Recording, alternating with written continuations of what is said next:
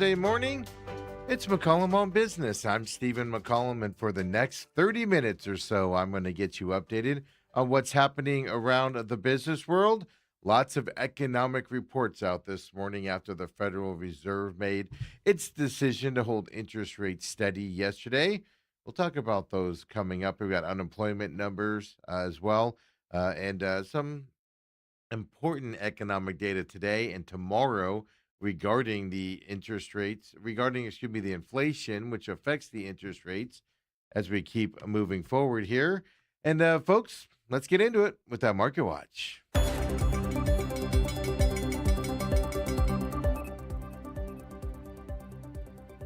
And here we go, folks, on this day. Everything is up as we're looking at it right now.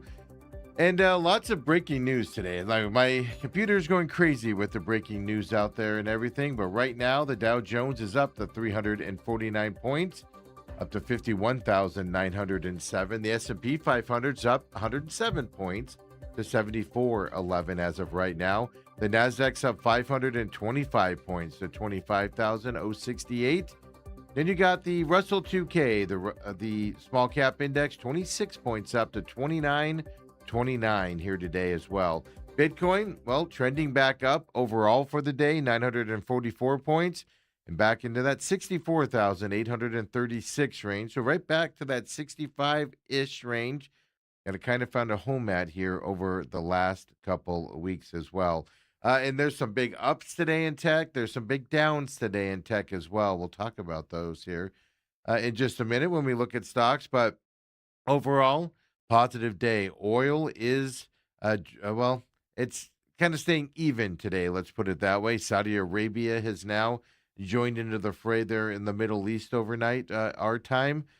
So it's kind of riling the markets as they're taking care of it, but not a big movement, at least in those oil prices here today as well. First stock we're going to look at today, well, we're going to look at Microsoft out there. A lot of people paying attention to Microsoft this morning. 14.89% up here for them. Well, they reported their second quarter revenue, and it was $90.01 billion for them. Estimates were only $87.62 billion for Microsoft. Yeah. Growth. Let's see here. The Azure growth of 43% at the constant currency I know it's because they operate in multiple countries there, right? But the growth of 43% at the constant currency numbers will beat the estimates of 40.2% growth out there as well. They said the revenue in the 2026 fiscal year, well, it surpassed $100 billion for the first time. Microsoft, well, being rewarded on the stock market today with that news out there as well. They're up 15.01% here today. And then the opposite is happening. Meta Platforms is what we're going to look at. Go from tech stock to tech stock. They're having the opposite problem today. Meta is 9.14% on the stock market right now. They posted their earnings per share, $6.18 for the last quarter. Well, they missed the analyst estimates by a whole $1.04 per share.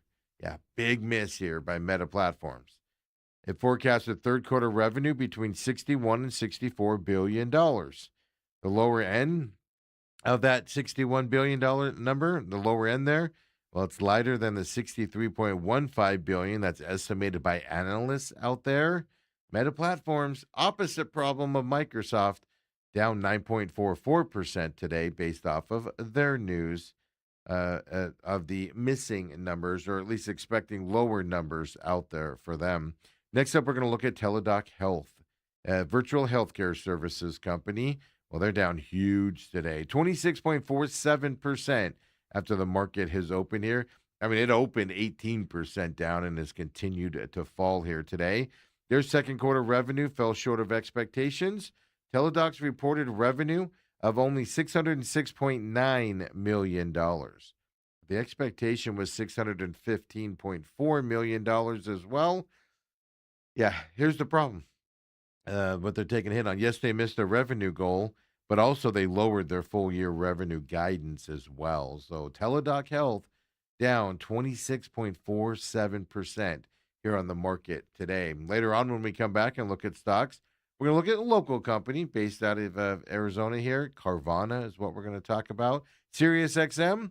A lot of this time of year is kind of an interesting year for Sirius, right? Howard Stern comes off his summer vacation. A lot of question marks, a lot of rumors. But SiriusXM is making waves today on the stock market. We'll talk about that coming up here. And then Chipotle Mexican Grill also in the news out there. So we'll check out those stocks coming up. But first, get you updated on yesterday's happenings with the Federal Reserve. Yeah, and they did decide and they announced that they will hold interest rates steady. And it's all due to the concerns of elevated inflation and then what that inflation is going to do with this continued war in Iran. So it was a 9-3 vote by the federal policymakers to leave the benchmark federal funds rate unchanged. And the current rate is 3.5 to 3.75%. This move follows the central bank's decision to hold rates steady pretty much all year long. Well, not pretty much, all year long. January, March, April, I believe it is, and then June, if I remember correctly. And before that, they had three in a row 25 basis point rate cuts last year. And I know that was September, October, and December last year as well. So the trends are there on what they're doing, right? The Federal Open Market Committee, well, that's the panel responsible for monetary policy moves. They did note yesterday during their meeting that economic activity is expanding at a solid pace, despite elevated uncertainty that owes in part to the conflict in the Middle East, was their wording that they put out. Now, they also noted that inflation remains above the Fed's 2% goal, as we know, and they say that in part is because of supply shocks driving price increases into sectors, specifically energy is what they noted there. But they also added that, they will deliver price stability, and moving forward. So energy, the spikes there, and then the energy spikes lead to spikes in other things like food, etc., because everything moves with something that has oil on it, right? Whether it be trucks, trains, planes, etc. And so energy is the big problem here with what's happening in this economy. The FOMC also noted that job growth is keeping pace with the workforce and that the unemployment rate has changed little. We've told you that here on McCollum on Business. And I have an updated unemployment report as of this morning as well coming your way in just a few minutes. Now, interesting, I told you it was a 9-3 or an 8-3 vote here in this voting. So three members dissented from the decision to keep rates the same. And so you look into that. Each of the dissenters voted in favor of raising the federal funds rate by 25 basis points. We told you Tuesday, I believe it was, 73% of the people that watch these things say that there's going to be a rate increase coming up in September. Three people, at least now, are getting on board with that rate hike here with this voting yesterday as well. So something to watch coming up as well. And then, we get some economic news out there today. The U.S. economy did expand. It was a slow expansion, 1.5% from April through June. Rising imports did continue to weigh on the growth of our economy. Consumer spending, though, did rise. The Federal Reserve's, and that's the Federal Reserve's favorite measure of inflation, well, it did grow slowly last month compared to a big expansion as well. Obviously, it's still above the 2% target, right? So this morning, the Commerce Department reported the growth in the U.S. gross domestic product.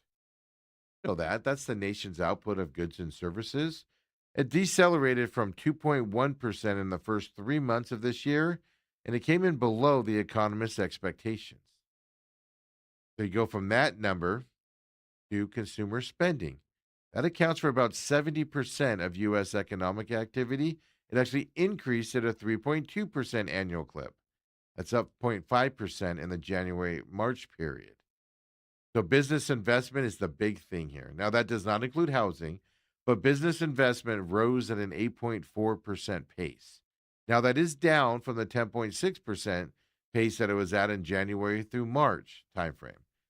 But why would that be still so high? Well, artificial intelligence investment is why that continues to be a staggering high number with investments. Now, With the GDP, imports are subtracted from the economic figures. GDP is only supposed to count what is produced here in the United States. So imports subtract from that GDP number. And imports actually rose at an 11.5% pace. Right? Now, a lot of that had to do with the surge in shipments we've told you about here. Things on computer chips, other products that support AI investments coming into this market.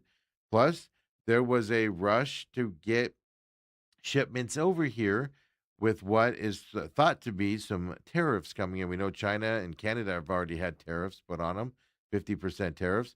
So there was a rush to get stuff over the border and onto our side before those giant tariffs did go into effect. The import shaved 1.5 percentage points off second quarter GDP growth. Now, the Commerce Department, they came out also and said personal consumption expenditures. You had the PCE report that came out today, and that's the one favored by the Fed. Well, it rose 3.7% last month from June 2025. Now, that's down from a 4.1% year over year increase that happened in May. So, slower number of inflation there.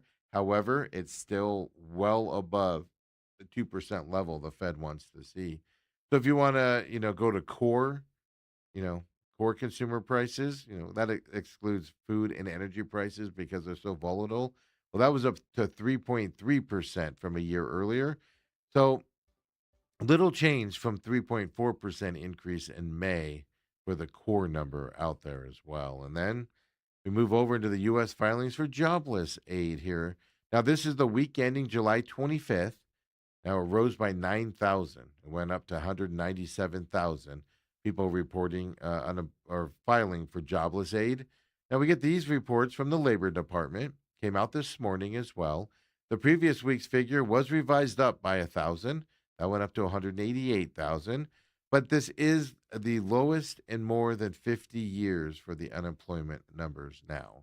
Part of that is a lot of people have, what they say, stopped looking for jobs. So they fall off of these numbers as well. Analysts surveyed by data firms out there, well, they forecasted 207,000 new applications. So we did come in underneath that number. The why do we pay attention to the weekly filings for unemployment benefits? Well, it's a representative of layoffs. They're close to a real-time indicator of the health of the U.S. job market.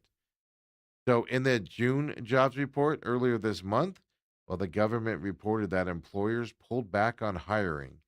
They added only 57,000 jobs. So, we're having low unemployment numbers, but jobs aren't being created to kind of replace and put people into them here, right? That's where they say you have the no hire, low hire, low fire, or low hire, low fire economy, if I can say it right there.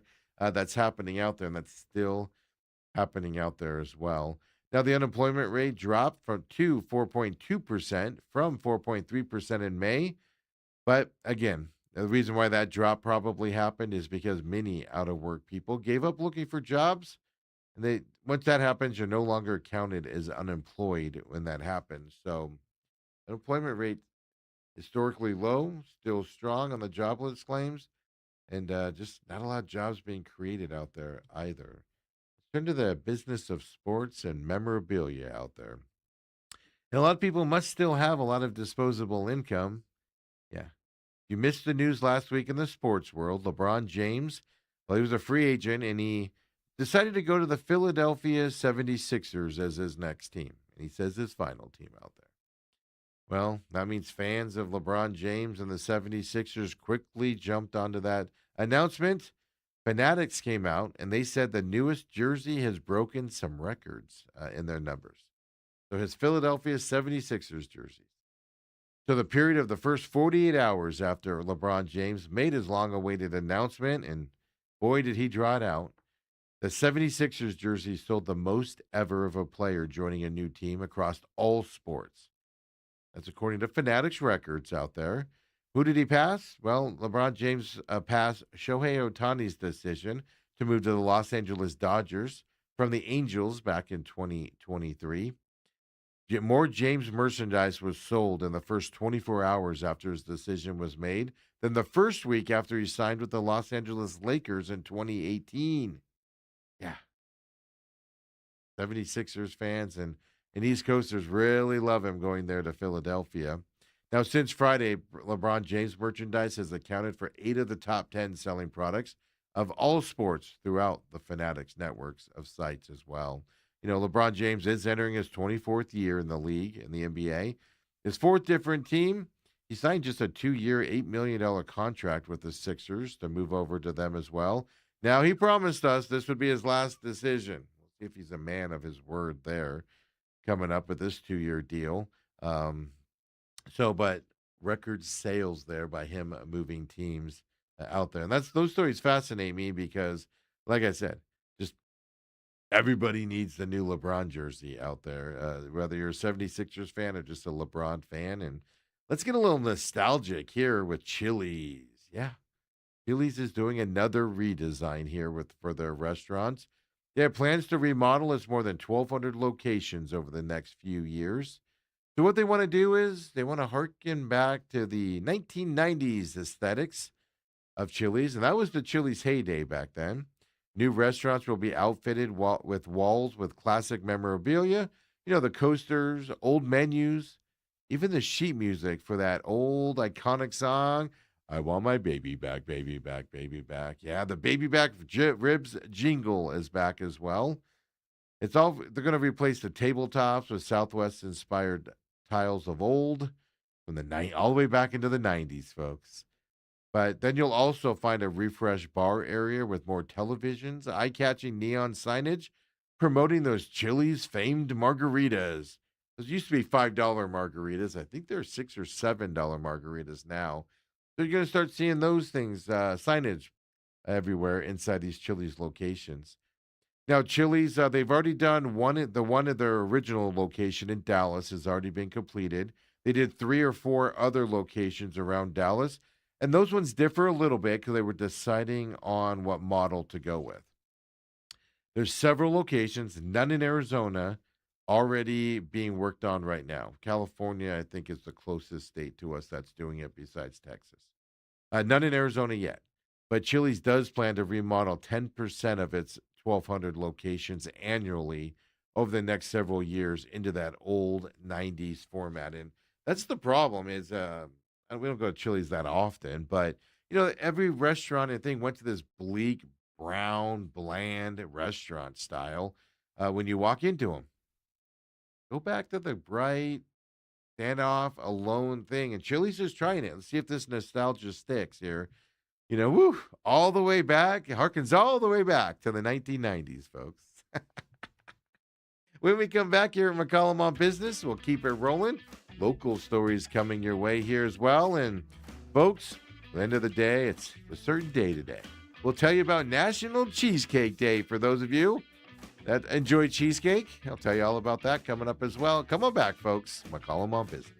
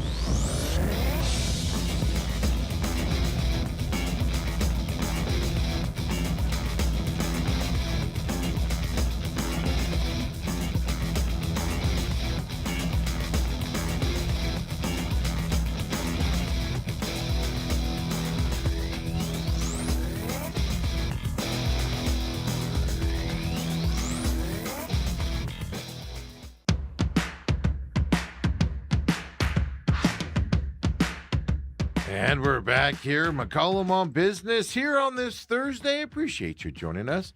Hey, we are one day away from the newest episode. It's the second part of last week's episode for The Real Matrix. And you can catch The Real Matrix noon on Fridays, and it comes out on Rumble and also the free podcasting systems.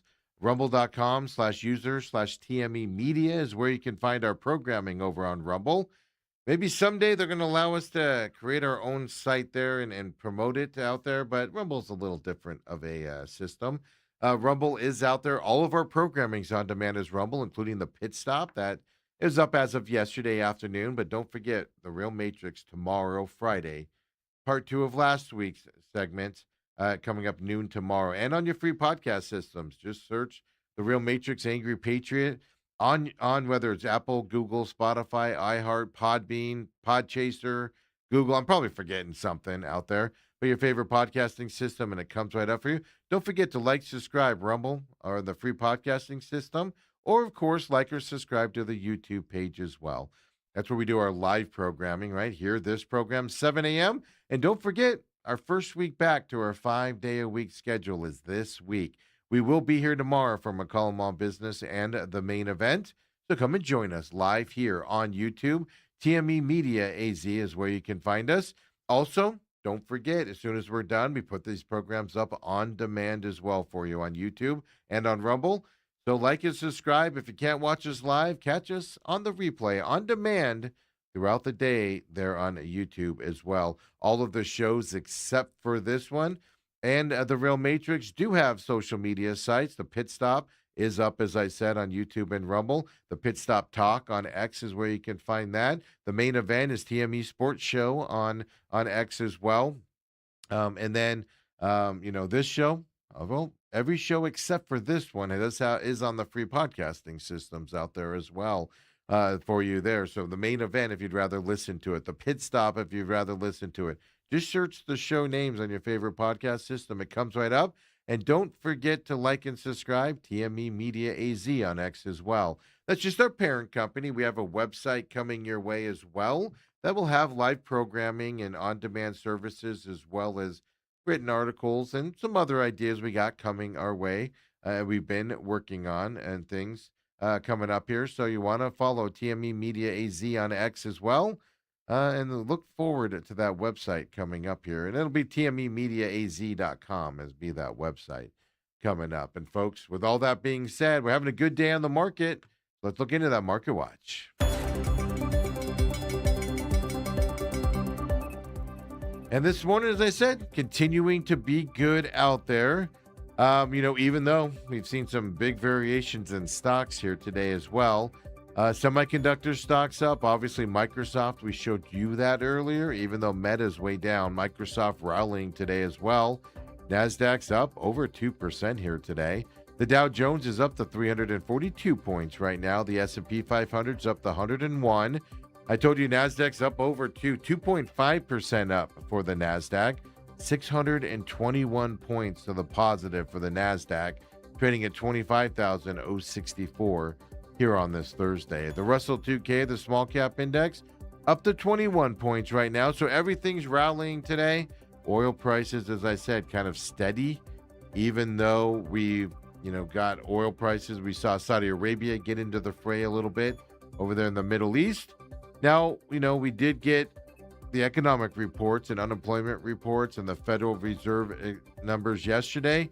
And we told you all about that at the beginning part of the show, not affecting the market at all here today.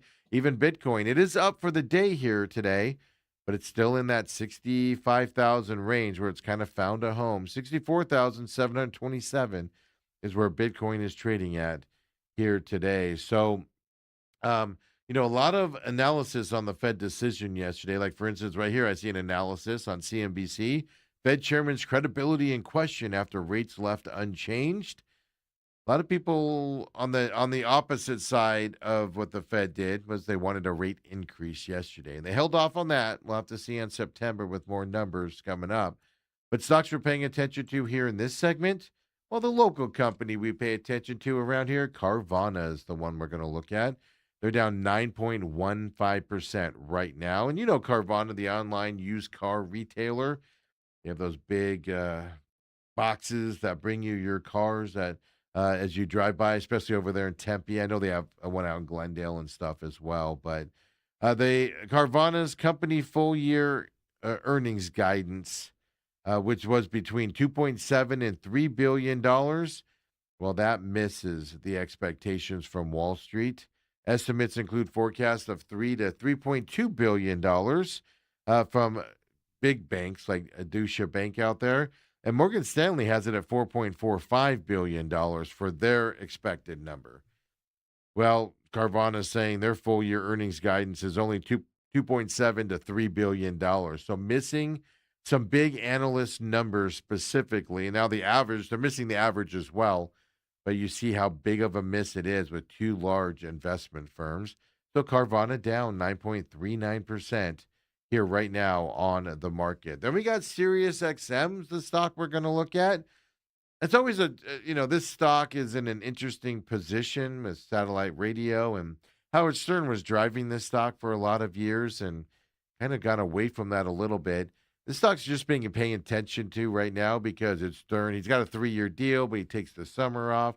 Rumors of layoffs, rumors of going to a one-day show. And here today, SiriusXM pops up on my list of stocks to pay attention to. Well, their earnings, they had an earnings miss. SiriusXM did. Not a good thing to have happen with all the other question marks around them right now as well. Their earnings per share is supposed to be 70 cents. Well, the expectation from analysts was 78 cents per share. So SiriusXM here holdings today 3.90% down as of this moment. And then get ready for lunchtime here, folks. Chipotle Mexican Grill's our last stock that we're going to pay attention to here. And they're up 11.07% right now. They were at 7% when the market opened today. So continuing a run up here. Their quarterly earnings showed a beat on the top and bottom lines for Chipotle. They also forecasted same-store sales for the full year will actually increase. Now it's a low single-digit percentage increase, but it's still good to have an increase here for them. They've struggled with that same-store sale growth here over the last several quarters. And now the interesting thing is that low single-digit percentage increase in those same-store sales is higher than its previous outlook of flat same-store sales for the year. So improvement from Chipotle from same-store sales, which is what investors want to see. You're still growing, right? 11.14% right now up for Chipotle Mexican Grill out there. And I haven't been there in a while, and we keep flirting with the idea of going there for lunch, and then we kind of move on from it and everything. I haven't been there in a while. I know the kids last night had it, but Chipotle breaking that same store mailed and up today here on the market. And now the Agriculture Secretary of the United States, her name's Brooke Rollins, if you're not up on all of the cabinet positions. Well, she came out and said her department will invest $25 million toward opening a new sterile fly dispersal facility, and it's going to happen here in Arizona. This is all to combat that New World screwworm that is in Texas and New Mexico right now and affecting the cattle. So she was here and visiting visiting Arizona, I should say. I almost said visiting the Grand Canyon for some reason. But Rollins joined Arizona GOP reps Andy Biggs, of course, running for governor right now as well, and a couple other reps here. And they got together and they touted the U.S. Department of Agriculture's containment work ahead of the reopening of the southern cattle port. And we're going to be the first cattle port to be opened down there in Douglas, Arizona. Last week, the USDA did say it was implementing a phased reopening of cattle ports starting next month, August, in the case of Douglas. The department closed the entryways in May of 2025, well, because of the outbreak of that screwworm. Now, the USDA will open the port in Douglas on August 24th. And, of course, for cattle specifically, here's what we're talking about. And the ports in 2 New Mexico border cities were set to reopen just after that, a few little bit weeks after that.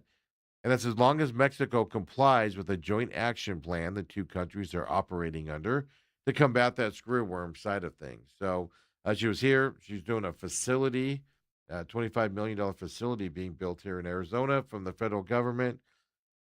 And then the port opens up. We'll have to see if we can stay clean of that screwworm and it just stays in Texas and New Mexico, or if there's any changes with Douglas being reopened as well. And now your voice matters, folks. I tell people this all the time. Got to speak up. You got to go to the meetings. Well, what am I talking about? Well, the FAA has said it's received substantial feedback, was their wording, all from the public about those plans to change flight paths here at the Valley airports, which is every airport here. They were going to change it. They say they're going to delay the plans to change the flight plans until next June while they go through all the data and your comments. The FAA wants to implement the new satellite based air traffic procedures. They say those will enhance safety and efficiency of airplanes taking off and landing. The delay will give the FAA time to review and address the feedback that they got. And the feedback was pretty much stop it. Let's not do this. If you remember, your voice matters because back in 2014, the FAA changed flight paths that affected several historic neighborhoods in downtown Phoenix. And then a big uproar from that happened, and there's a big discussion, and they ended up changing them and not doing what they originally planned to do at that time as well. So, what they're trying to do, the FAA, is to modernize the Phoenix airspace. The FAA has proposed from moving away from what they have now, a dispersed flight paths. They want to move the satellite guided paths moving forward. So, these paths act like a highway for planes. And the new way they want to do it is going to consolidate traffic to set routes. Now, when a plane takes off, it's kind of got options on where it can go. So one neighborhood might have a plane fly over, but then the next two or three planes might miss their neighborhood, for instance. What they want to do is go to where, nope, it's the planes take off and go the same route every time out there. We got a lot of conversation about this out where I am because Mesa Gateway Airport. Sometimes a plane flies over our neighborhood. Most of the time it doesn't, right? And if they change it, will it change over the neighborhood, etc.? So neighborhoods underneath the proposed flight paths, well, you could hear more consistent plane noise because every plane will be crossing over you. So on this FAA proposal, around 80,000 residents in North Phoenix would experience a reportable noise increase between 3 and 6 decibels, which you guys know what a plane sounds like flying overhead when it's not, 30,000 feet into the sky. It's not loud, but it's noticeable. And so that's where the feedback's coming from, those communities here in Arizona. But the FAA delaying that decision until June of next year's. And folks, we've been telling you here on this program a lot. And I'm all for innovation, but I've seen it firsthand out in Mesa with these data centers going in. Our utility rates have gone up. Our water rates have gone up. I'm on my HOA board, and our biggest thing right now is water rates through the roof for large water people because we get lumped into the data center water usage numbers. Got some facts here for you now to back up what I've been saying all along here. And Arizona's two largest utilities reported record-setting energy demands last week. We told you about that on Friday.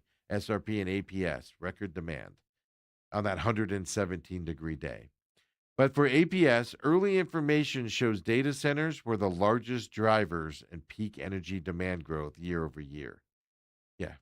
All of this demand, the 14% interest from increase that APS wants, and the increases SRP puts through, they're trying to keep up with the demand of the data centers. Adding to our demand is what they're trying to do. Data centers were responsible for nearly 7% of APS's record demand last week.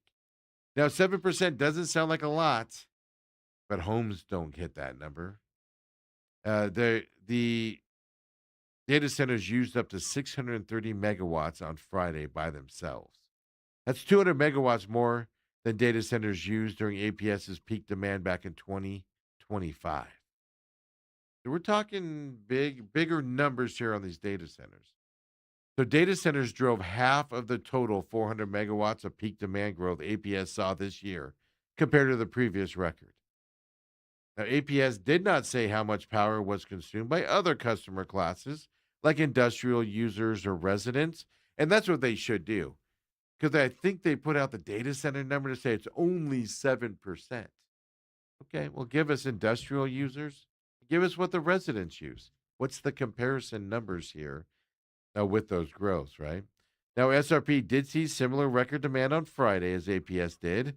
They were unable to provide information on how much data centers contributed, or they don't want to as well.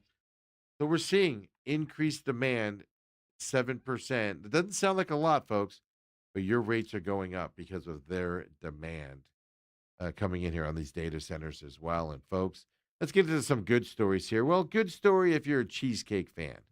Today, July 30th, Thursday, it's National Cheesecake Day. Some restaurant chains are celebrating with sweet deals, no pun intended, for us, the customers. Now, according to the Old Farmer's Almanac, National Cheesecake Day was established back in 1985. Well, the cheesecake itself has roots dating back to the ancient Greece. We blame Greece for the cheesecake. I am not a cheesecake fan at all. Yeah, the early Greek cakes were called plakos, if I'm saying it properly. Well, it can be translated as fat cake or flat cakes, is what it translates into. They were made with crumbled cheese mix and flour and honey, and then baked on a griddle back then. Well, many local bakeries and restaurants will be offering deals, so obviously check with places that sell cheesecake here in your area. But USA Today puts away some deals, people that are here, and some of their deals. So I'm going to pass those along to you. The Cheesecake Factory, obviously, they got to have a deal today. You know, they're most known for its cheesecake selection. You walk in and they have 40, 50 of them sitting there on their counter, different flavors and everything. They're offering all dine-in customers any slice of cheesecake for half price today, July 30th. Half price if you're a dine-in customer. The company says it has more than 30 cheesecake flavors for diners to choose from. They're also using this occasion of National Cheesecake Day. They're going to unveil its new flavor today. The Brownie Crunch Chocolat Cheesecake. It's a creamy milk and white chocolate marble cheesecake atop a rich, crunchy toffee brownie. For every slice of Brownie Crunch Chocolat Cheesecake sold through July 29th, 2027, so a year now, well, the Cheesecake Factory will donate 25 cents to Feeding America. So next year, that specific flavor, 25 cents when you buy it. So go do some charity work today as well while you're eating the new flavor of cheesecake. And then there's Freddy's Frozen Custard. There's a few of those around here. They're getting in on the fun National Cheesecake Day. They're offering loyalty program members a $2.99 mini chocolate covered strawberry cheesecake. Just today only on July 30th out there. Those are just a couple that USA Today told us about here as well for Cheesecake Day. Are you guys a big cheesecake fan? I mean, people have to be if, there's a National Cheesecake Day and everybody's kind of paying attention to it. Kind of have to be, people eat it. I'm not a fan of it. So get out there, get your cheesecake if you'd like to. And folks, I appreciate you joining me here on this Thursday edition. We'll be back tomorrow. Don't forget, we will be live tomorrow on Friday, McCollum on Business and the main event. Now that we're done here, we're going to move over and do the main event coming up, 8 to 10 a.m. live here on YouTube as well. TME Media AZ. If you can't catch us live, catch us on demand later in the day, folks. We'd appreciate it. We'll see you there. Have a great Thursday night. See you Friday morning, folks.